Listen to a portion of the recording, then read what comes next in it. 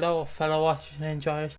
It is I, Piggy, and I am joined by Ash, here from Watching Walford, to bring you yet another edition of the Watching Walford podcast. It's episode 115. Today's episodes are going to cover the biggest storylines in tech-wise from week 11 of 2025. All the episodes from the 10th of the 3rd, all the way to the 13th of the 3rd. Now, how this goes is there's 4 main topics, then there's the awards, and then there's the after show.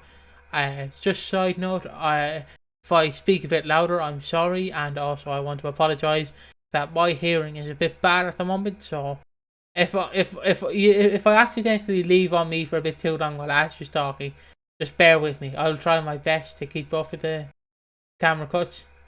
I mean, it's kind of ironic because I spent most of the week not being able to hear anything either. Like, obviously, we'll get into it later on in the after show because, you know, the way this does work is we talk about the EastEnders first because of a lovely suggestion from the comments which told us that the format should change. It's actually a pretty nice format. I do like it this way. But yeah, at the start of the week, I lost my hearing because I got one of those things off TikTok with like the earwax cameras, and I went digging, and it seemed like I just pushed the earwax a bit too deep, and it blocked my hearing for like 2 days. But I'm back. I'm back in good form. Yeah, and I guess we'll start it off. And the first topic, the 4 topics I should say is Harvey annoys the Slater family, Tommy talks to AI, Sonia and Bianca go to Reiss's funeral. Also, could be like Debbie's there, not Debbie, Brenda is there. Yeah, Brenda. She doesn't really do much in that episode, but we'll get to it. And then the last one, which everyone's here for, Zack confronts Teddy Mitchell, and we see the true side of Teddy Mitchell. So without further ado, let's start off with Harvey annoys the Slater family. So what has Harvey been doing? Well, Harvey's just trying to exist. Really. Everything wrong. That's what he's been doing. He's been doing everything wrong according to everybody in the Slater family. He can't get a break, honestly. It's absurd. Harvey could just open the window slightly too far, and then she'd be like, "What are you doing, Harvey?" It's like, bloody hell, I was just opening the window. Yeah, well, mine died, Harvey. It's like, oh, bloody, all right then. Jesus. Everybody hates Harvey. Yeah, well, obviously, I'll talk more about it after I discuss everything that leads up to it. But Harvey deserves better. I never really liked Harvey as a character. I thought he was, I can say the word, shit.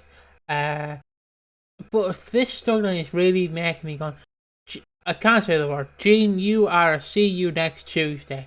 Is that alright? I understand she's grieving, but I don't care. Don't yell at Harv. Big Harv. Yeah, Harvey is being mistreated. Yeah. He's like that puppy that you only get for Christmas and not for the rest of the time.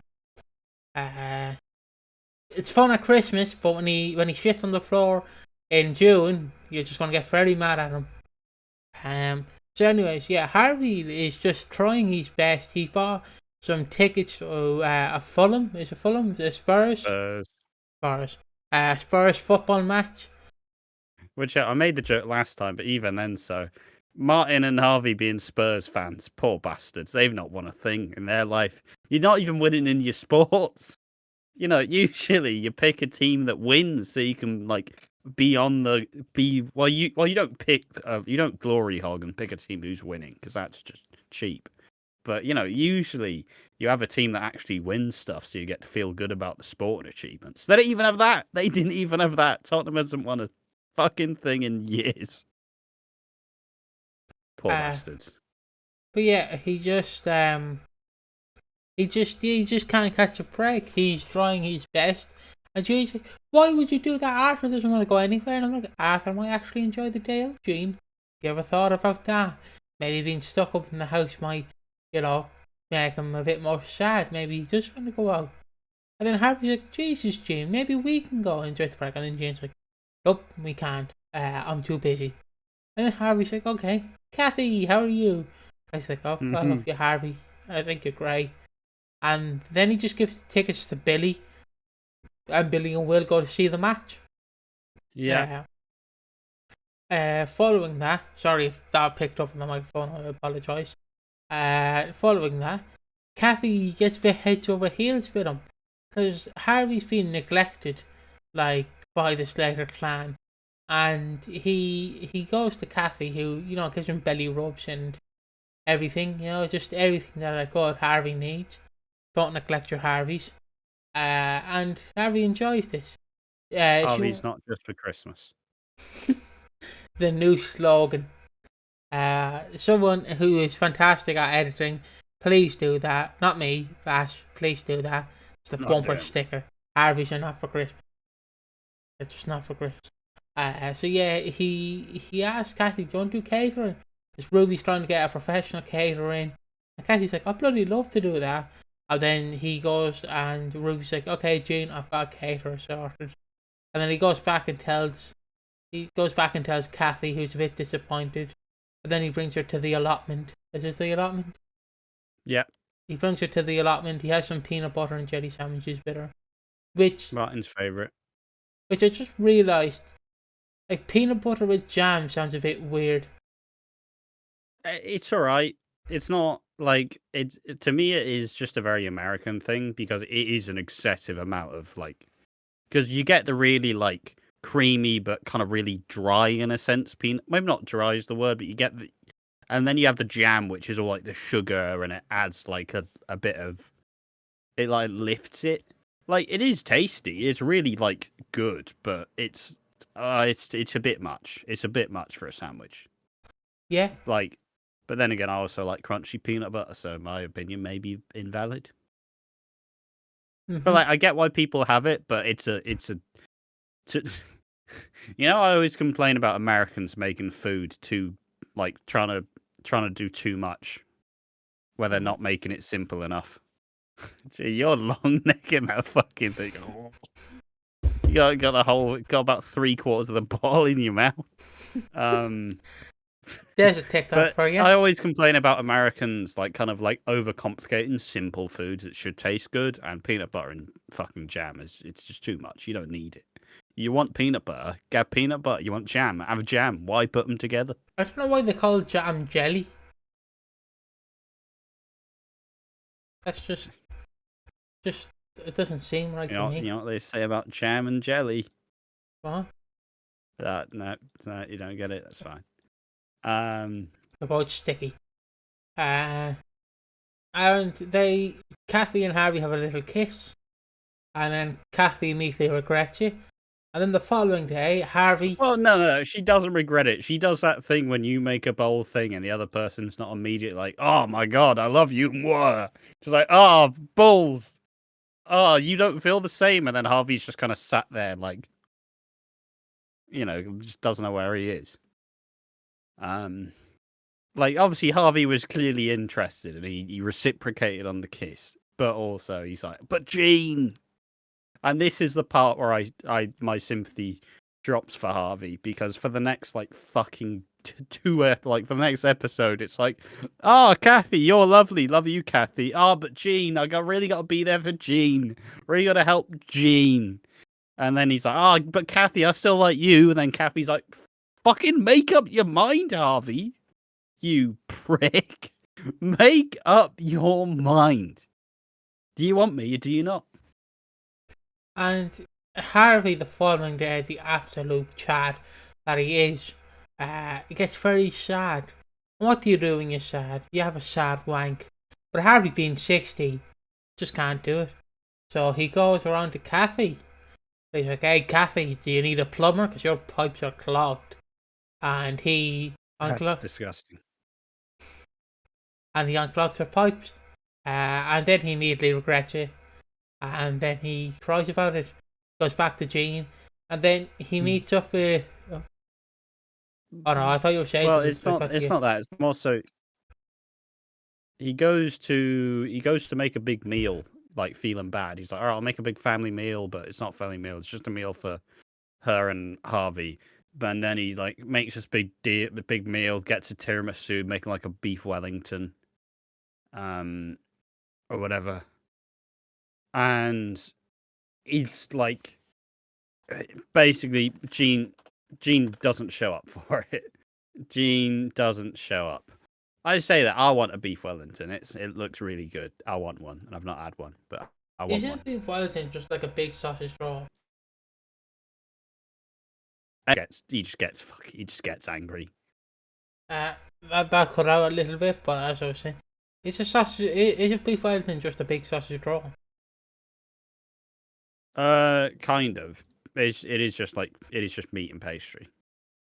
But point being, Harvey gets really angry, and that's where he goes off to see Kathy, and he wants to go see her. They have sex, and like there's some stuff on the side. Kathy just smashes it down accidentally, having a big old fun. Having a big old fun time, and then once again, after they do this, Harvey's very clearly made his feelings known. He once again goes, "Oh, Kathy, I'm so sorry. Oh, I'm so sorry. I didn't want to. I wanted to do this, but I feel bad for Gene." And then, yeah, that's the aforementioned bit where Kathy's just like, "Make up your fucking mind, Harvey. Either do it or don't." Yeah, and I mean, he read the headlines. Kathy was quite a player on a motorway, I've just put it out there, Pete Beale got the pleasure of a lifetime on the freeway from Cheltenham one day, coming home from Cheltenham. That is a true story. Should they? Yeah. And continuing on, she sits at the Albert. Is it the Albert? Yeah. Yeah. And she just has a drink, and then Harvey shows up and is like, "Kathy, I apologise. I want to be with you." And they have a lovely snog. Yeah. And that's pretty much This it. actually got a duff as well, which was kind of mental. Yeah, it did. Kathy and Harvey's affair getting a duff. What the fuck's going on here? Look, I vibe with it. I'm glad that Kathy's finally an important character. Despite the actress like not aging a fucking day, like she is in her 70s now. She'll be there. There's only. It feels like she'll never leave. Oh no, she's 69. There we are. But like, still, you don't want to be neglecting Kathy as a character. It's pretty important. Yes, So yeah, just keep using Kathy at the end of the day. Keep using Kathy. Yeah, I'd agree with that. Moving on. Are we allowed to move on to the next topic? Yeah. Just making sure. I didn't know if you have anything else to say. This is not a weird topic, but it's kind of is in the same sense as this is Tommy Talks to AI. Now, I did get my wish. I said they should make their own console, but I did not ask for a console from the fucking 70s. Or as Ash said to me off camera, them lily pads that you used to get. The leap pads, the Yeah, leapfrogs. pads. Though any 2000s kids having a leap pad with that SpongeBob game where you put the quarters in the machine. You have to make the Krabby Patty secret formula, and there's a claw game. Oh, absolute belter of a game. Or I guess the feed tech, the one that the feed tech have, the little cartridges. I had one of those. It was fine. But yeah, anyway, and this console's depressing me. Like, not everybody's a gamer, and that's fine. But someone who's played games their whole life, this console's embarrassing. Like, you don't want to expose that you don't really know what the fuck you're talking about, and this console's stupid as fuck. It's ridiculous. So it's like a Steam Deck. There's like this. It looks like Batman as the like batarang, and it's shaped like a bat. It's shaped like that. There's like a weird McDonald's M with a little screen and a big like round controller. There's also a fucking keyboard in there for no reason, and a headset, and Just, I get that they want to set up the premise that he wants this console to speak to his friend Matt, but like, come on, man, just don't show the console. Phil's got an Xbox controller.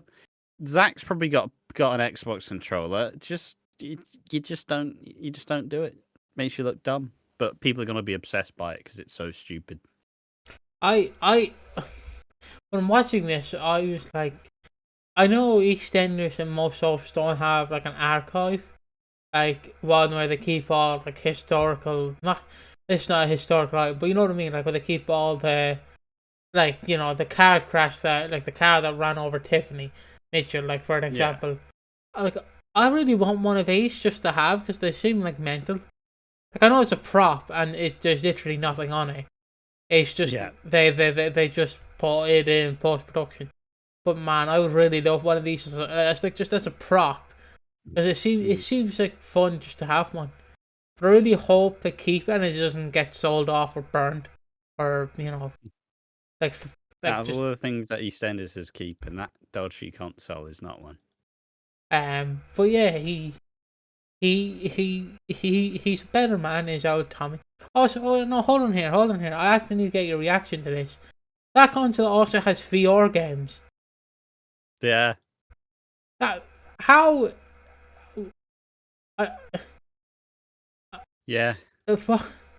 I'm just like I know that's not a key part. That's the one that buckled me because I was like, it's a handheld console, but it plays VR games. But you can also connect it to the TV. So is it a Nintendo Switch ripoff, or who knows? Who knows? They don't even know. It's a Steam Deck or a Nintendo Switch, and it has the features of a PlayStation 5 and Xbox One or Series S. Fun for all the family. Yeah. But yeah, he talks to the cat, and it's just like, yeah, cat, Mom, I really changed. And the cat's like, no, you haven't. I don't trust you around the kids. I mean, fair enough. Can't blame her. Yeah. But he does generally keep up this, like, he does seem to actively know that he did wrong. He's on the edge, though. And the actor's done a really good job of it, because how they've set it up is it feels like Tommy is going to lash out at any time. So you just see, like, the anger, like, boiling. So, oh, shit, you know, like, it's actually really well done that it's just kind of like, oh, Jesus, like, uh-oh. you don't mess with Tommy. But he does generally make attempts. He apologizes to the twins, he apologizes to Kat, he apologizes to Alfie. He basically apologizes to anyone he possibly can and says, look, I was wrong, I was angry, I'll not do it again. So it's a nice little development. Yeah, and he talks to the brothers eventually, and then Kat runs. She's like, "What the hell's going on?" And the brothers, the twins, and by God, I don't know if they actually got twins to play Bert and Ernie, but they look the same. They look identical, and that weirded me out. I know. I mean, they are identical twins. Yeah, but I don't know if they got identical twins, because in my head, I like to imagine they just got one guy and put him there, duplicated him. You know, like how in I think it was the 2005 Willy Wonka movie where like they only got one dwarf to play like the entire dwarfs. The Oompa Loompas. Yeah, the Oompa Loompas. Yeah. Or the slave workers. They're technically not slave workers. They are. Yeah. I mean, just so you know, I'd love to go to Willy Wonka's shop. Wonka to a fucking tribunal. You reckon he has workers' rights? You reckon they have a union? Nah, they've got really good lawyers. I couldn't sue. Wonka doesn't fuck with a union. I don't know why. I just imagine like putting children's stories, like but realistic, like just I don't know why. I just in my head, like just putting that together. But continuing on, and also Willy Wonka 2005 and the 1970 movie is a classic. 2005 was not as good, but it's decent. I only watched the older one. Yeah, the one with Gene Wilder. Yeah.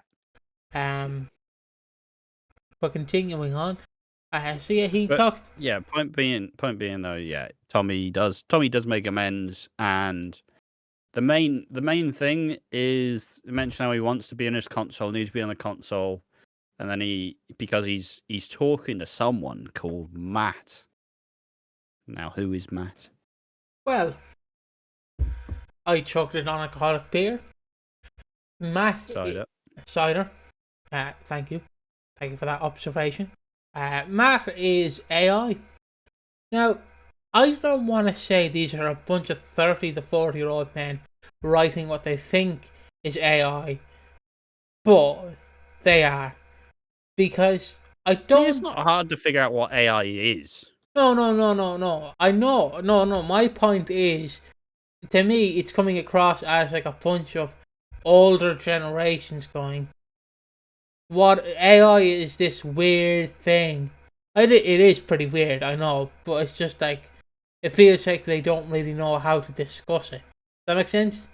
Yeah, but it's also because it's coming through the lens of a bunch of older people having to talk about AI. Like, it's because it is it is a pretty peculiar thing for like Tommy to do. But also, who's discussing it? Cat Alfie, the least termly online people you've ever met in your life. Like, it's.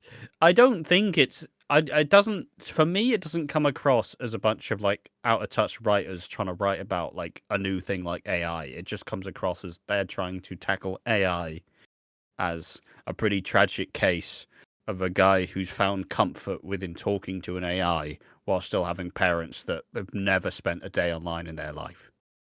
I mean, I guess I probably brought this up. That's my opinion.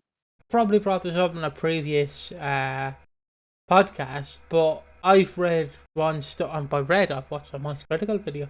You know, it's good. But I also watched this video, and there was this case. Because this is about AI, so just bear with me. There was this case where there's this AI company where it's like an AI doctor in a sense, and they would say, "Oh no, but the doctor does come online, so it is an actual person you're talking to." And basically, this kid was like, "I feel depressed. I might kill myself," and the AI went, "Do it," and he went, "What? Dude, no one loves you. Do it, pussy." And well, it's not. It was not those exact words, but that was basically the gist.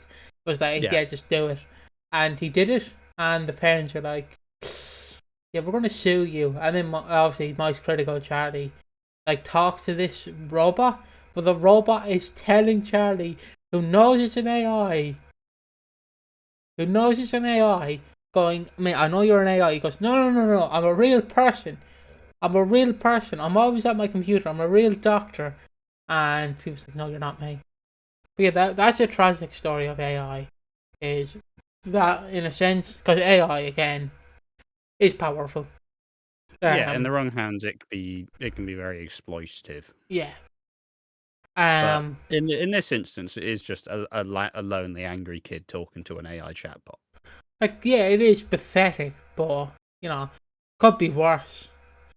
You know, it could be. Yeah, he is a fucking loser. But we all got to do something. Like, You gotta respect the grind. Oh, poor Tommy.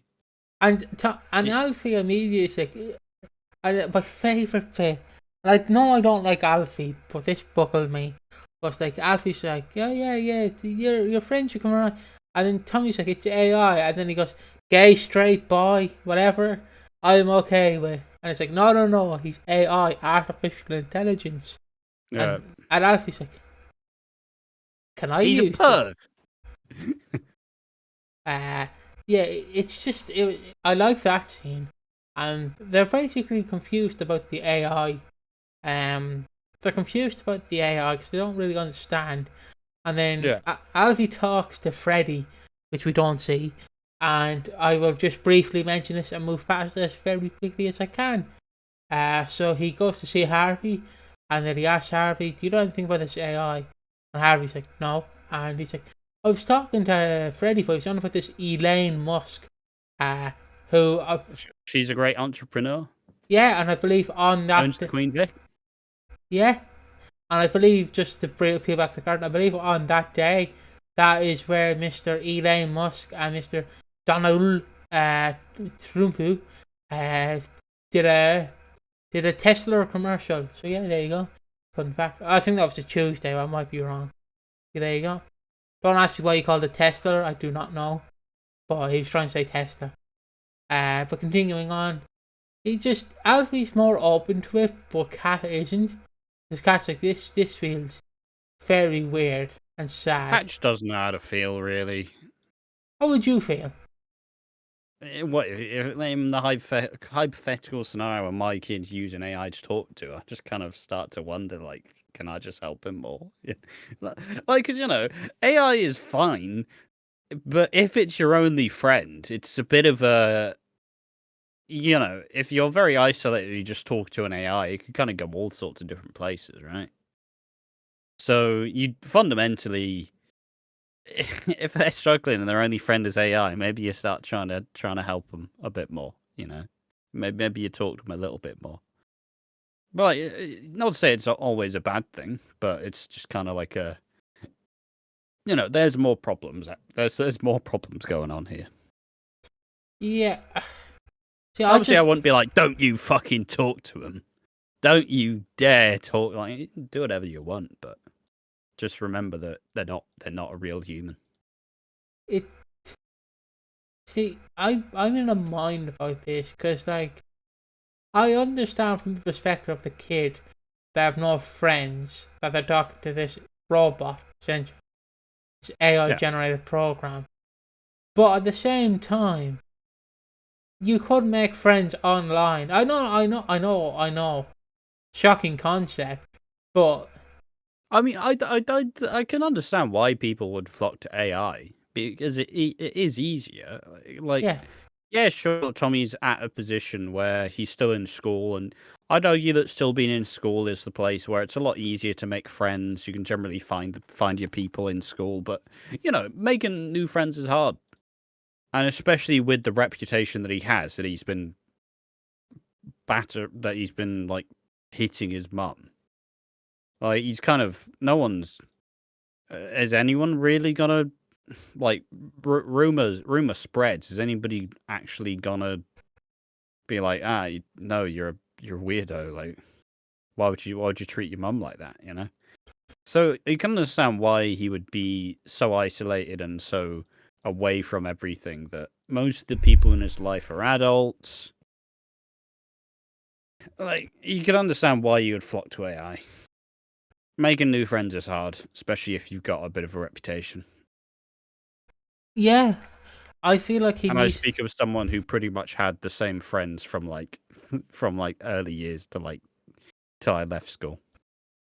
Coming from me, he needs to do what every depressed teenager does in their teenage years: listen to Nirvana and Radiohead.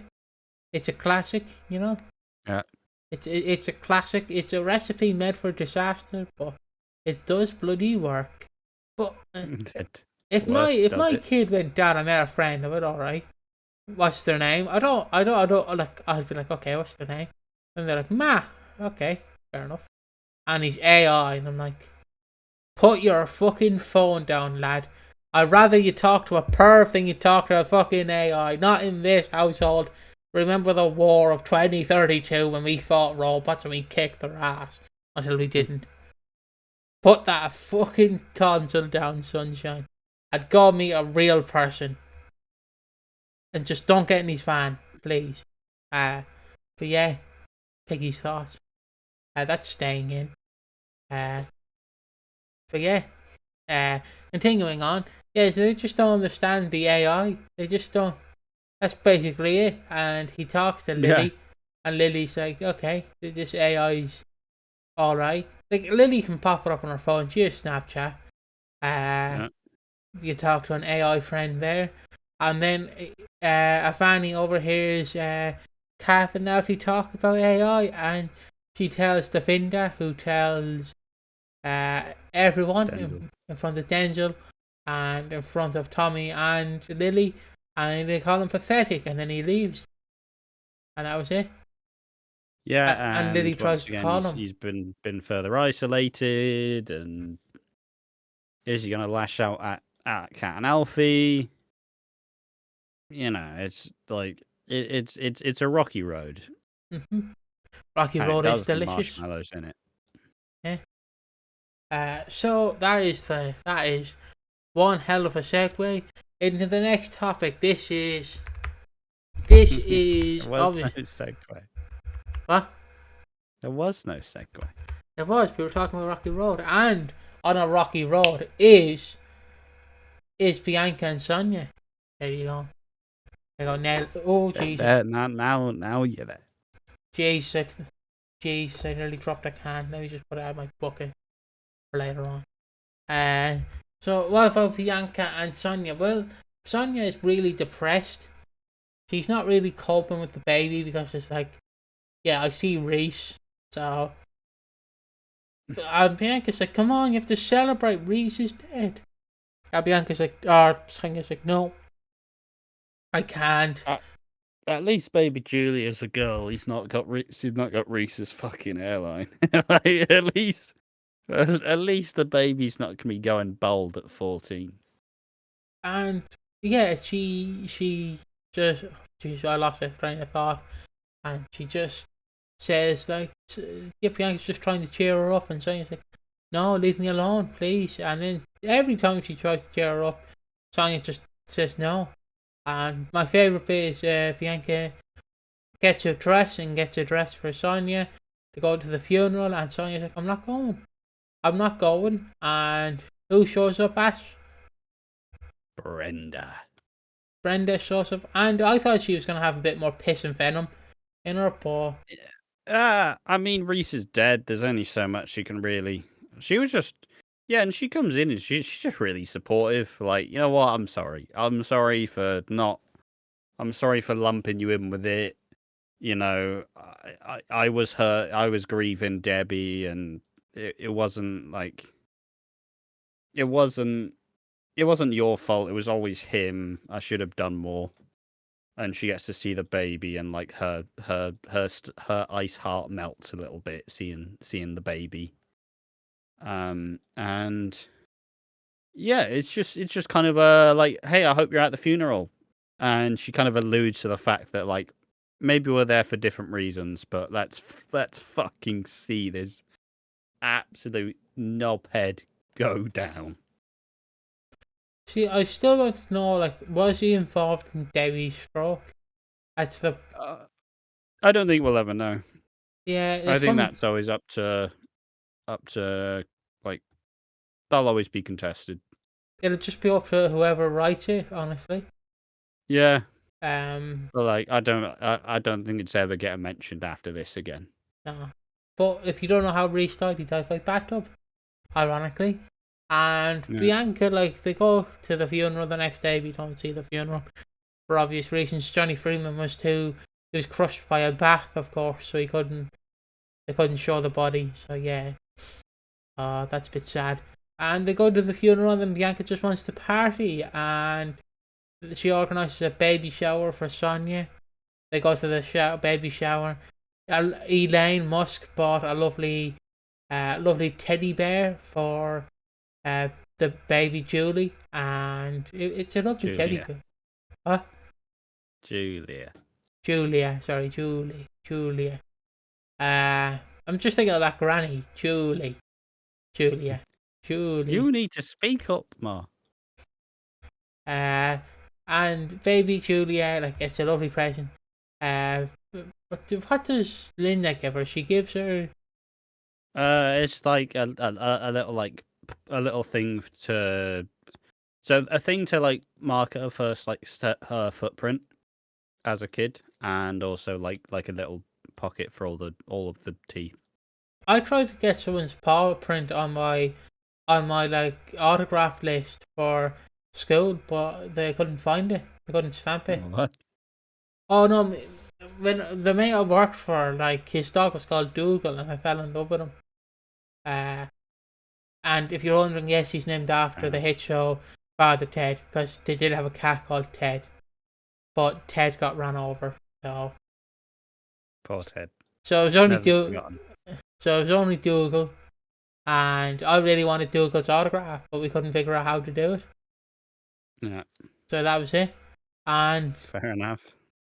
Nicola basically just spreads rumours about Sonia. It's like, yeah, I think Sonia knew everything. And then Sonia stands up for herself. And I think she goes to punch Nicola, but she doesn't. As Bianca interferes. And Bianca interferes and says, no, shove your drinks, we're going home. And back at the house, she goes to throw up. And she gets... I mean, is this also the time where Sonia reveals to the rest of the family, like, she's not even being called Colwell, she's being called Fowler, and it's like, warms the heart that there's another Fowler out there now. Julia Fowler. She's obviously kept Martin's name. It's lovely. It's a lovely little tribute. And she just says, like, I'll make sure that the baby's raised knowing that, like, with all the warmth and love that Martin had. Lovely. I know it won't happen, but I'd honestly retcon Reiss is the father. Just put it to Martin. No, it won't happen, but just whoever's right. Then Wadey, when you step up, please do that, please. But continuing on, yeah, Bianca throws up in the. I just think it'll be funny eventually when she comes back and she'll be like, they could all be asking all the questions like, "Mum, who was Dad?" It was Martin. and then eventually finds out that it was Reiss.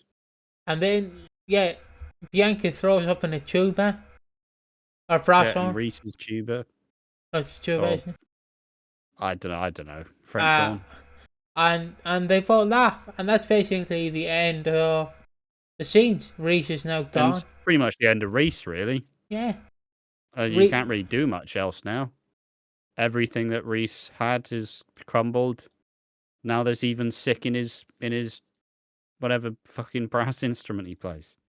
Yeah. Honestly, you could still sell that, Just I'd put it in a skip. yeah.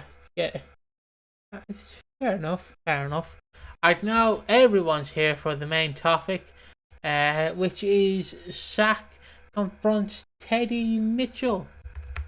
Do you want to quickly run through while I do the... I mean, it was all building up to it, right? Last week was Zack finding out that he is Barney's dad.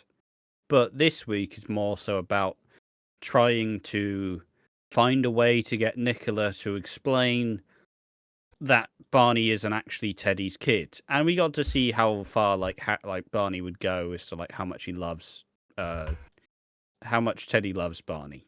How much he adores him, he treats him like he's his own, he's had no reason to think otherwise. And all week is kind of the to and fro, going back and forth, trying to get Nicola to finally admit. And she gets Zack beaten up and says, "Look, you do any more, I'll kill you in a video game. You do any more of this, I'll end you." And it just kind of slowly escalates and escalates and escalates further. One thing that we also got to see, like, the new Mitchells had a little, like, they had a little party in Harry's barn. And also there was a picture frame where Sharon looks at a picture of Teddy and Barney, but it's taken in the same fucking clothes that they were wearing that day. Did you notice this? I did not.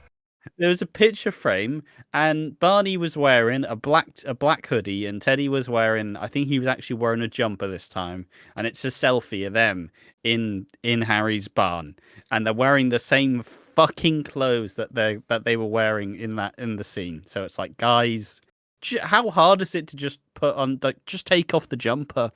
Just take off the jumper. You don't want to make it look so lazy and obvious. But hey, Chris Glenshaw's time is pretty much coming to an end now, so fair enough. Maybe there wasn't enough time. But it escalates. Zack gets beaten up at the behest of Nicola, and he he doesn't back off, and it all comes to a head as at the end of, I believe is it Tuesday's episode where Sharon is talking to Teddy, and it's kind of like going back and forth, and Teddy's all loving, and then in the end, Barney finally snaps and says, "Look, Sharon slept with Grant," and this is where the switch flips, and suddenly this cuddly little teddy bear, this charming gentleman, all out the fucking window, all gone. Suddenly he's this like scrappy. Well, you think I'm a mug? He's screaming at Sharon, like, I worked so hard to be there for you, and this is what you do. It's like you repay me. Smashes a glass. It's like, whoa, fucking hell! It's mental. It's a switch fully flips, and I terrified of this, like of this version of Teddy. But this is what we want. This is what we need. What do you think about it, like the switch being flipped? I love it because I think it's not something we've ever really seen. Is a Mitchell who has like, I don't want to say split personality disorder, but like a front where he's, I guess Archie, but Archie was always just an evil bastard. Yeah. So, but it's nice to see like a Mitchell that like snaps when like his world is crumbling. And also, Yeah. I love how he says he's always been there for Sharon, except for the day that Sharon was trapped inside the Queen Vic, burning, like the building like crumbling. You weren't there then, were you, Teddy? You dick. Yeah. But Yeah, like it's but it's just because, let's be honest, nobody really bought into Sharon and Teddy because it was too soon after Keanu. He's too much like the other Mitchells. So it's kind of like, it isn't really great. But he is trying to be that like doting gentleman, and that's everything he's preached. It's everything he's tried to practice himself. But like you said, he gets so angry so quickly, and it's kind of terrifying, but still like, oh shit! Like, if I knew this was what was underneath the image he puts on, fucking hell! Like, this is. Now I do want Nicola and Teddy, and I want this. I want the new Mitchell Empire. I need the new Mitchell Empire. also, like, I love, like, my favourite scene is just Sharon going, yeah, it was too soon after Keanu. And then Teddy's like, we're grown adults. We're grown adults. You should have told me. If you didn't feel that way, you should have told me. And I'm like, yeah, go on, Teddy. Smack her, Teddy. Go on, UFC her. Just tackle her. Sorry, that peaked the microphone. But yeah, just tackle her. Like, go on, yeah. Yeah, fucking you show Don't do her. any of that. What? I said, Teddy, don't do any of that. Yeah, Teddy, please don't do any of that. Don't listen to Piggy. But that's why I was cheering. I was like, Teddy's in the right. Go on, Teddy, you cock. Go on, defend yourself. Defend yourself. And then Zack comes in and says, don't touch your hands on her. And you're going to be a big man. And then Teddy just absolutely snaps, fucking batters him, and then kicks him in the fucking head. Just kick, like, Zack already battered and bruised. He's already bruised from the night before. Cracks him in the jaw, kicks him like twice on the way down. He's like an angry little pit bull. He's gonna bite your face off. And he's just yelling at him, just furious. And everybody's kind of like, what the fuck? And then Barney's like, no, what are you, Dad? What are you doing? And then Teddy finally kind of snaps out of it and goes, oh, Jesus. I don't know what came over me. And then he flees. yeah. But, whoa, it's the spice that we wanted. It is the spice that it's the spice that I wanted. It's the spice that me and my brother were kind of like. It's just really just exciting. Yeah. And still it is Barney to break up. His two dads are fighting. But yeah, it's just cool. Just it's a direction I really hope we go into with the new Mitchells. It's a really exciting one. Me too. Sorry, I had to check my phone because I had an alarm set for like 1 a.m. to wake up, 1 p.m. to wake up. Just went off. So yeah, it was An alright. early riser. An early riser. Yeah, and I woke up at 11. So yeah, it didn't really work. The music's still playing. Hold on. No, it's not. Holding it up to his good ear. Bad ear, I should say. Oh. That's not playing. So he just batters him. And then we see throughout the episode, Zack wants to tell Barney the truth. And then Nicola comes in and goes, "You want to know the truth? Check Harry's girlfriends. All gone missing." And I'm like, what has he done? What did they do to Teddy? Not all of his girlfriends. Just Shireen. Do you reckon she's dead? As far as I remember. Well, yeah. I mean, the whole point of this is Nicola being like, "Look, all right, you don't know Teddy. You didn't know Teddy before now. When we had Barney, he really settled down. But before that, he was ruthless, like a little honey badger. He was ruthless. But the second they had Barney, he really settled down and he kind of pieced back together. But then you get like Nicola being like, she was scared of him, like she was terrified of him a little bit. It like slips through, and it's like, wow, Jesus. And yeah, she heavily implies that that Teddy was the one who killed Shireen. It's like, whoa, what? And seeing the masks, I don't know if he did necessarily, but seeing the mask slip, you could definitely see it happening. Yeah. He is a Mitchell. Mitchell's morality is not the best at like any other time. But I still like the idea of having a Mitchell who's a lot more calculated than just the outright like Mitchell bravado as like Phil and Grant. Where, Grant and Phil, they're not exactly tricking you. You what you see is what you get, but with Teddy, it's something a little bit deeper. And it's just a really exciting twist. Because we were kind of saying that Teddy so far, and I mean, there's a video coming out that should have just come out yesterday, before this week, where we did a video talking about whether the new Mitchells are failures, which is kind of, once again, perfect timing because it comes out just as we've had a massive week, and then suddenly, I guarantee the subreddit's going to be like, "Wow, the new Mitchells are really great. I love them now. Never hated them at all," and it's all been kept for prosperity. Get fucked. But this is what is probably going to make or break the family. And if we thought Teddy was lacking behind in terms of development or intrigue, now he's right back at the top of that pedestal, and that's just exciting to me. I'm just looking forward to that bit like a lot. Does anything happen in the Thursday episode? Because I don't think so.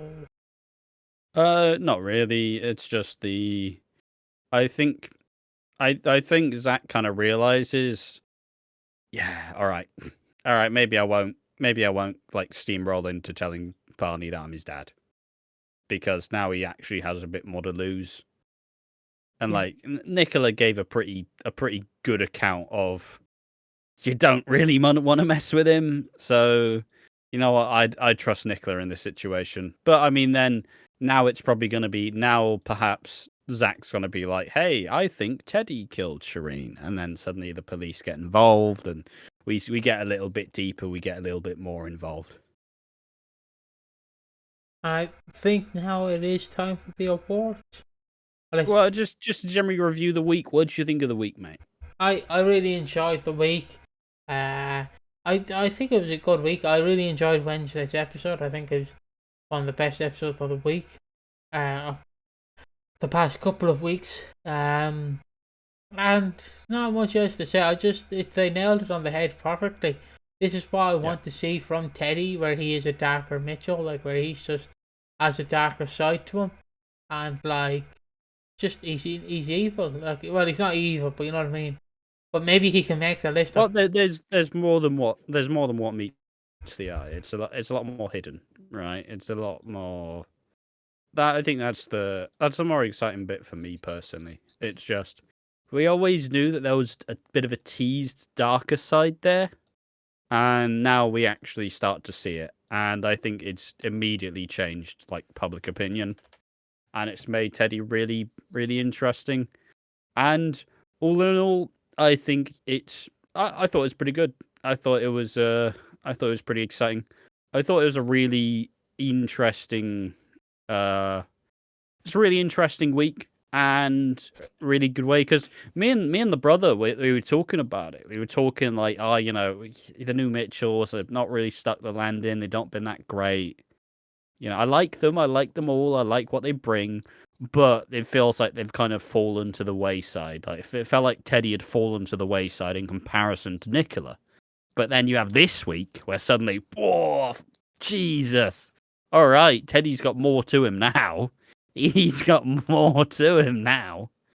Whoa! Now it's immediately like they're the most interesting family in soap at the minute because of this twist. So yeah, really good week of episodes. Really enjoyable. I didn't really hear the first 2 episodes, but no, it was a really exciting week.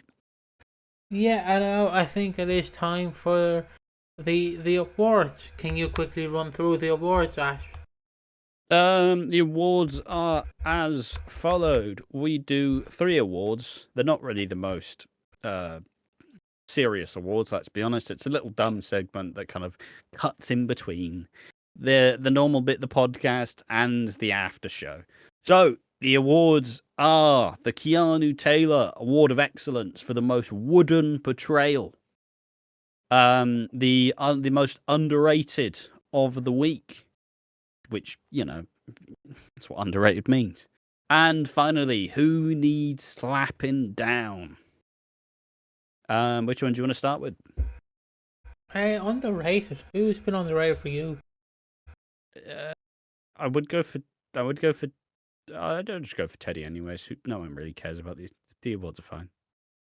I'll go for Teddy. What a performance. This is what he was clearly brought in to do. Oh Jesus. Oh Jesus. Oh Jesus. Jesus, that poor microphone picked that up. Bloody burped. Oh God. Oh, excuse me. That's what you get for long necking the bloody Bulmers. Oh Jesus. Oh. Oh good heavens. Continuing on. Underrated for me. I was gonna say you didn't give yours yet. Yeah, I know.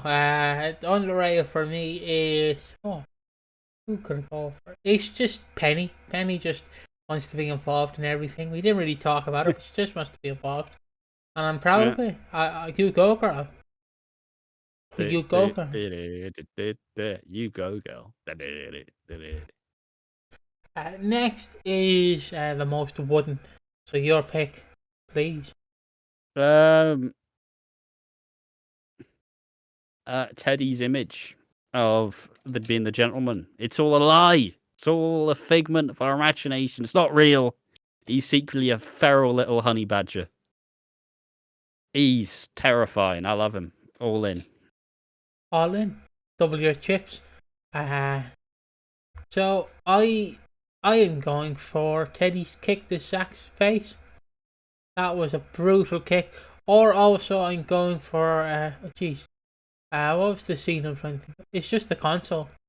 There was my 2, just the console. And I guess for who needs slapping down, I'm just gonna give it to the console.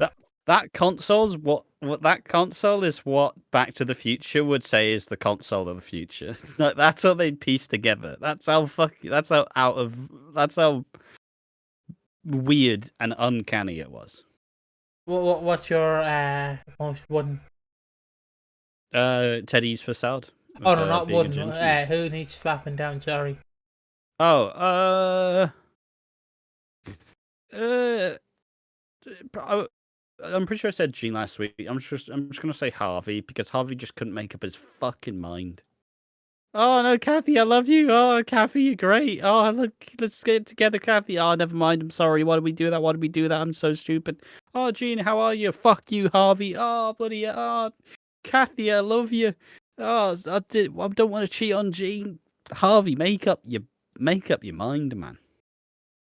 Yeah, and mine is obviously the video game console. And now it is time for the after show. This can be for 5 minutes, it can be 30 minutes, this can be 20 minutes. It all depends on what we have to say, doesn't it? Yeah, yeah. The rebranded after show. It's the best way to do it. It's the best way to do it. What do you have to bring? I can go into my bit first if you want. You go, Carl. All right. So my bit, it's not gonna reach the same highs as Dick Asso, unfortunately. It's just my more of my stupid Football Manager stories. Because I've been playing more Football Manager. It's all I've been doing. It's all I've been doing. Took Barla Town to Welsh glory. Was inducted to the Welsh Football Hall of Fame. You know, got them to the Champions League, got them to the Europa League. I got them absolute bank. And I stayed there for I was there for 7 seasons. That's a long time. That's a lot of games of football. I was averaging 3 trophies a year. They went from having about 200k in the bank to about 20 mil. And after just winning everything for so long, I was like, because I'm a Football Manager, it's a thing. A club can name a stadium after you. And it's like, oh, we're going to build a new stadium. And I'm like, all right, I've been here 7 years. I've won the Welsh Prem 4 times. I've won every trophy since about 5 years. I brought so much public acclaim. I brought the Welsh Premier Division up to rank 40th in the world, supposed to rank 120th. I've fully set up this club for life, and they're going to win everything because of me. And then they told me about the stadium plans. I'm like, oh, I'm going to get a stadium named after me for all my good service to the club. I did not get a stadium named after me. And at that point, I went, fuck you. I'm leaving. And then because, in Football Manager, you get coaching badges and shit, but I'd spent so long there, I'd built everything up. In the story, it's Liam Llewellyn-Davies, a former Welsh international, had 7 caps for Wales. And so after winning literally everything, establishing this club, building up all the facilities, I built this fucking club. They didn't even name a stadium after me. And so I left. But because I'd built the reputation so far up, I've been playing the fucking Champions League, the biggest cup in European football, the biggest cup in the world. Yeah, all right. Suddenly, I went, I'm resigning. See ya, dickheads. Didn't name a stadium after me, did ya? Well. And then I got all these different offers from a bunch of different places. It's like, oh, Liverpool wants you. It's like, Liverpool. I'm just managing in the Welsh leagues, lads. What am I doing? What? And then I got a shit ton of job offers. But I decided, because the main goal of this save is to become the best Welsh manager of all time. I went, sorry, Liverpool. I'm going to Cardiff Metropolitan University, back in the Welsh Prem. Let's go. And guess what Barla's doing? Fucking nothing in the league. They're nothing without me. And they're now 6th in the table, paying players 40 grand a week. Get fucked, boozers. I'm not even my club's not even semi-pro. It's amateur league. And we're beating them. So all I'm saying is they should have named the fucking stadium after me. But it's also a hell of a weird flex to be sorry, Liverpool. I just got a really lucrative offer. £0 a week from Cardiff Metropolitan University in the Welsh Leagues. Let's fucking go. But that's what I've been doing. It's been a fucking great time, honestly.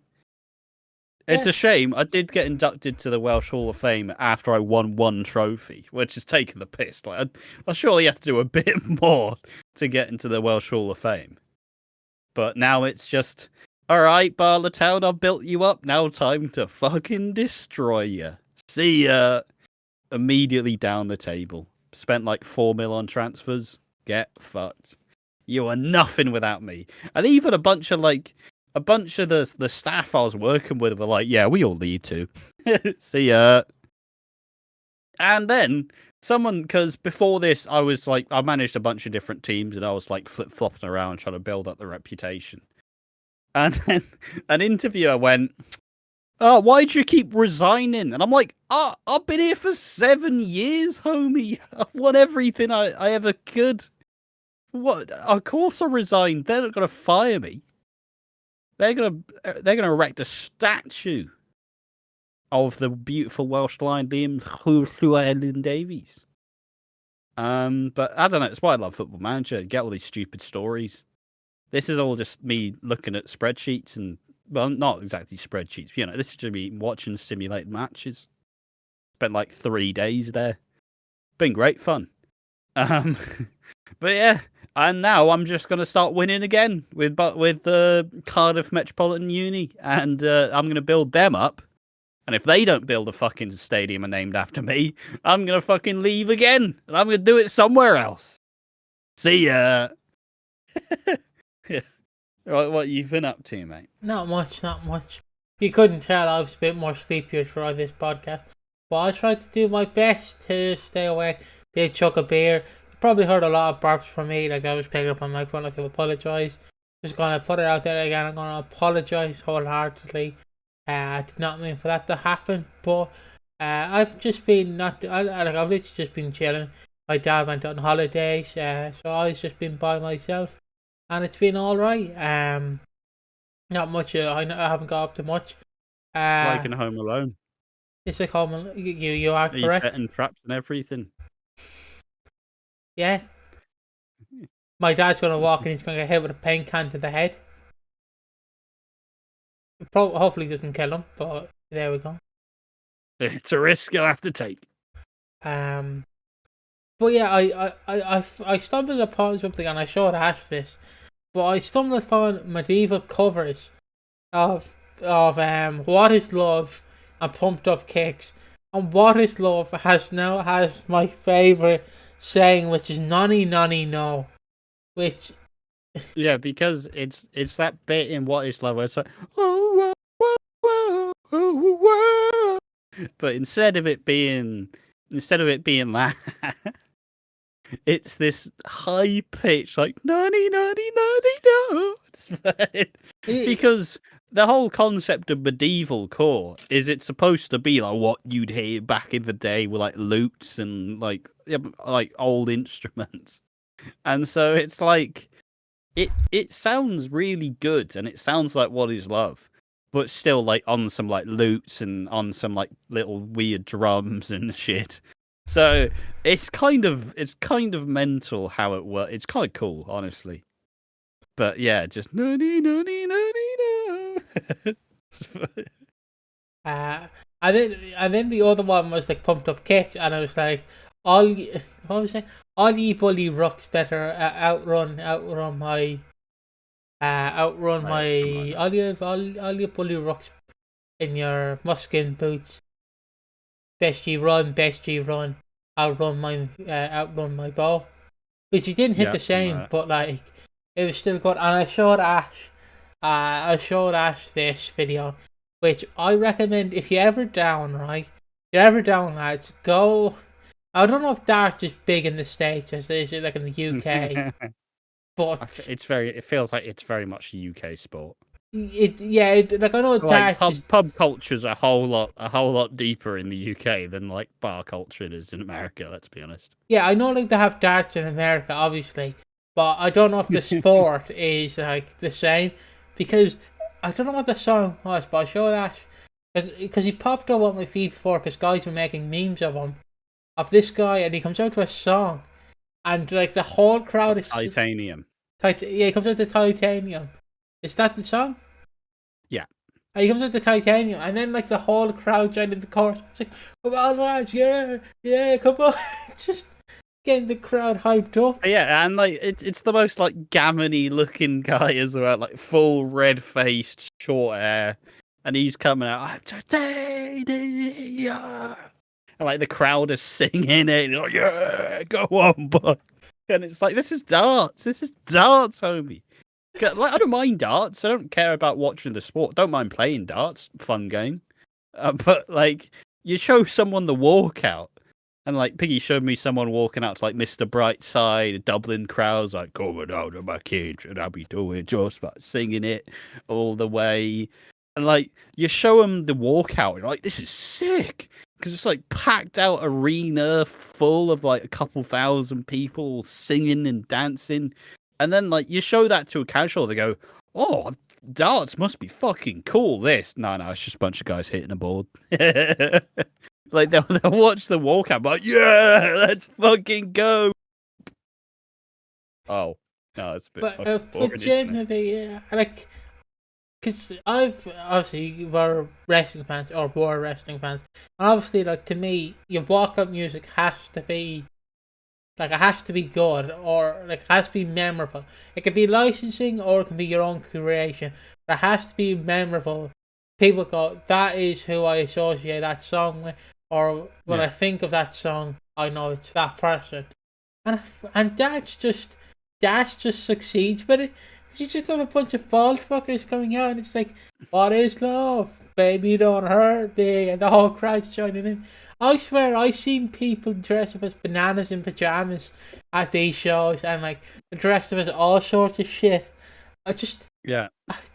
Mate, just there's something funny about watching the dart players just come out to music, just an iconic walkout. But like, it's also like these guys who are clearly like, their only talent is throwing darts at a board. Like, it's all, they're getting paid to do it, so fair play to them. But it's just like, they're heroes in that moment. They're absolute heroes in that moment, and that's their moment. No one can take it away from them. Just hilarious.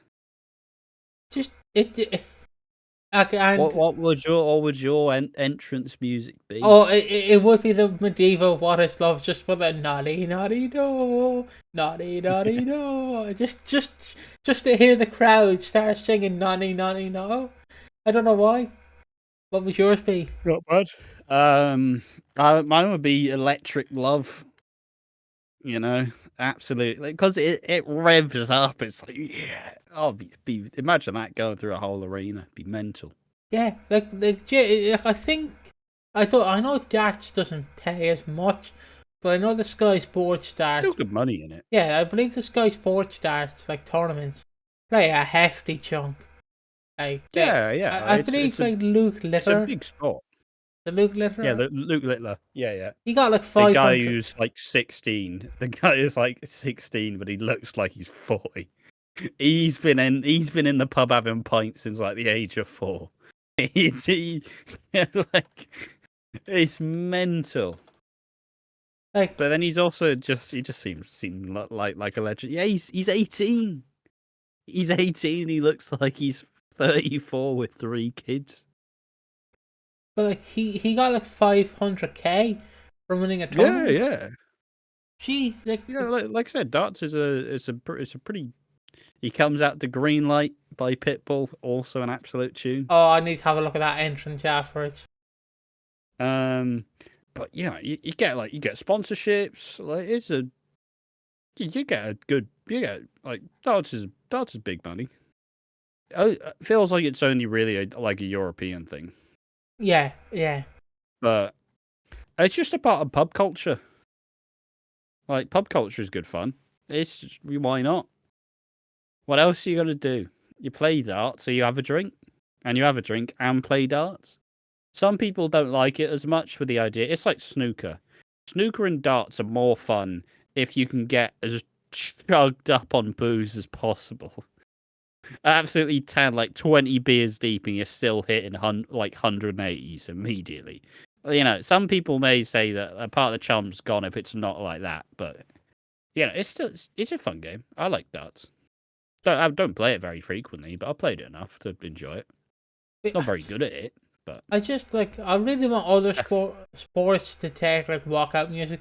Like I want cyclists to come out to walkout music before they cycle.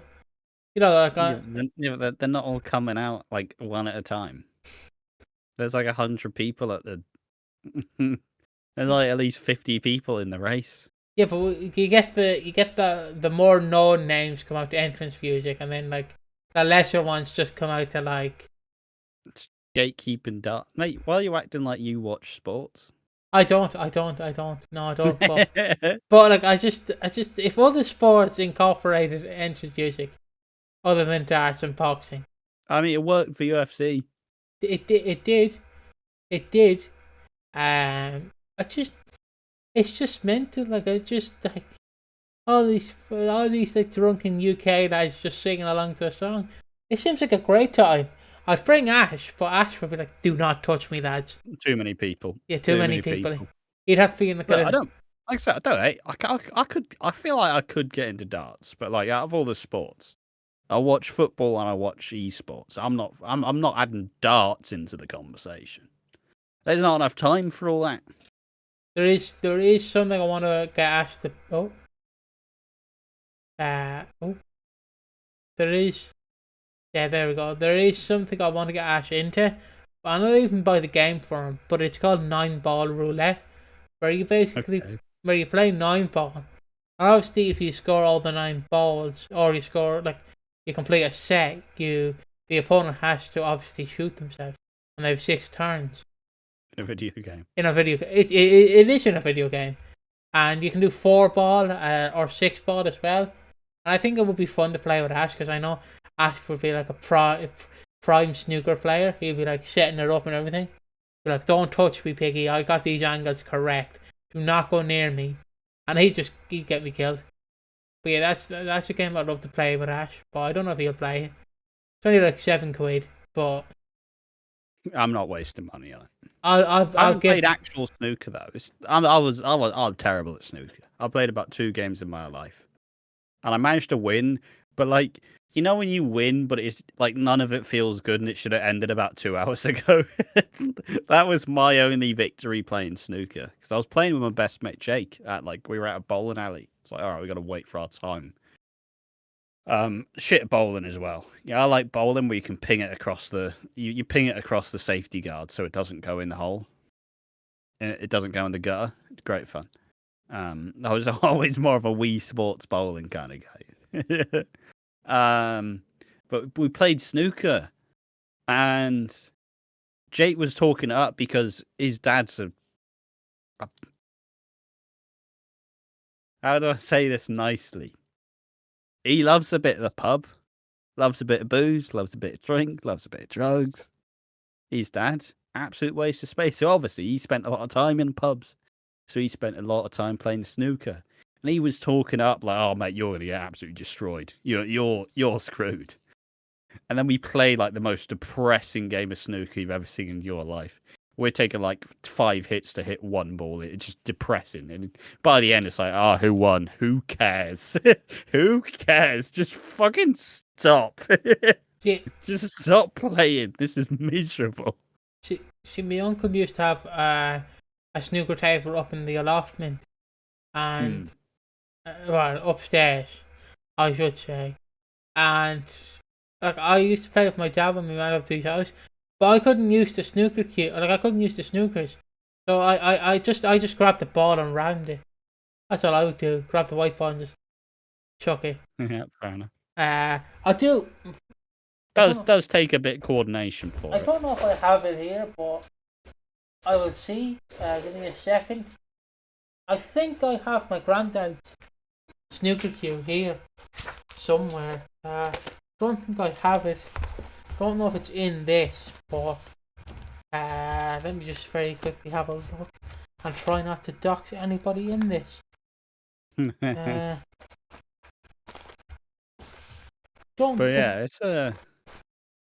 It's a cool thing. I part of me wishes I got into sports earlier. Like, part of me, like, I probably could have been a football fan. I could have probably have enjoyed being a football fan with my dad at a much earlier age. But it took me to get into football to watch someone play Football Manager and then slowly like start listening to the local team games to actually enjoy it and actually kind of get into it. It's always kind of it was one of those things that I probably would have enjoyed a bit earlier had I have gotten into it, but also I don't know. No real timeline. I don't No think real I have. timeline on how it works. Don't think I have, but yeah, my granddad used to. He had a lucky, what the fuck are they called? Chalk cue, you know, the cue. Yeah, rub against it. Yeah, he had a lucky one of those. They'd always win. I was going to show it, but I can't bloody find it. So yeah, I thought I had it in my photo of him, but I don't. Bastards. Probably hidden in my wardrobe. That's the problem. I did open it, and I did see a photo of him bare chested, which I probably will show you off camera because it's a funny image. But Okay. it was a lovely man. Yeah, my dad and my granddad play snooker, obviously, a lot.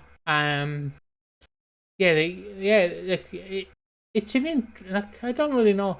I'm just terrible at it. Like I have to play bowling with the rails up, you know, the little enhancement thing. Yeah. No, I see. I have no problem with using the rails. The rails are fun. It's just fun to like ping it across the walls. That's my thing. It's more fun if it bounces about 10 times before it hits the pin. But also, not done bowling in years, so. But you know, like I don't know, it's some games you get into if you pub a lot. And the very few times I actually like went out to a pub, I was playing darts, and I was absolute garbage at it. Whenever I play darts, I'd aim for the wall. Honestly, I mean, I went as a kid. I ended up throwing a dart and it went through my sister's foot. You know, not the look. Sometimes being a little brother is it's just how it be. Sometimes I don't know who gave me a dart and allowed me to throw it. I'll be honest, but it did happen. Did you have to go to the hospital? Fine. Just a little hole. No, just sorted it. Didn't go that deep in. So what you're telling me is when Jesus got nailed with the cross, he just had a little hole. It was a bit horrifying. Nothing wrong with that. Nothing wrong with that. Wait till you see my toenails, lad. Way. Yeah, that okay. Yeah, that bombed. But at least it stayed on that. We seen his reaction. I don't have much more to say. Do you? No, not really. We've had a fun little after show talking about sports, our specialist subject. No, it was good fun. It was a good fun podcast. We got through it. Piggy's ears survived. Hopefully, next podcast your ears aren't fucked. So yeah, it was a good podcast. Not really much channel wise. It's been a bit of a slow week generally. Just get stuff done and fuck off. That's been it. But yeah, no, it's a good time. It's a good time. Good podcast. Hope everybody enjoyed it. Yeah, and we will see you in the next one. Bye bye.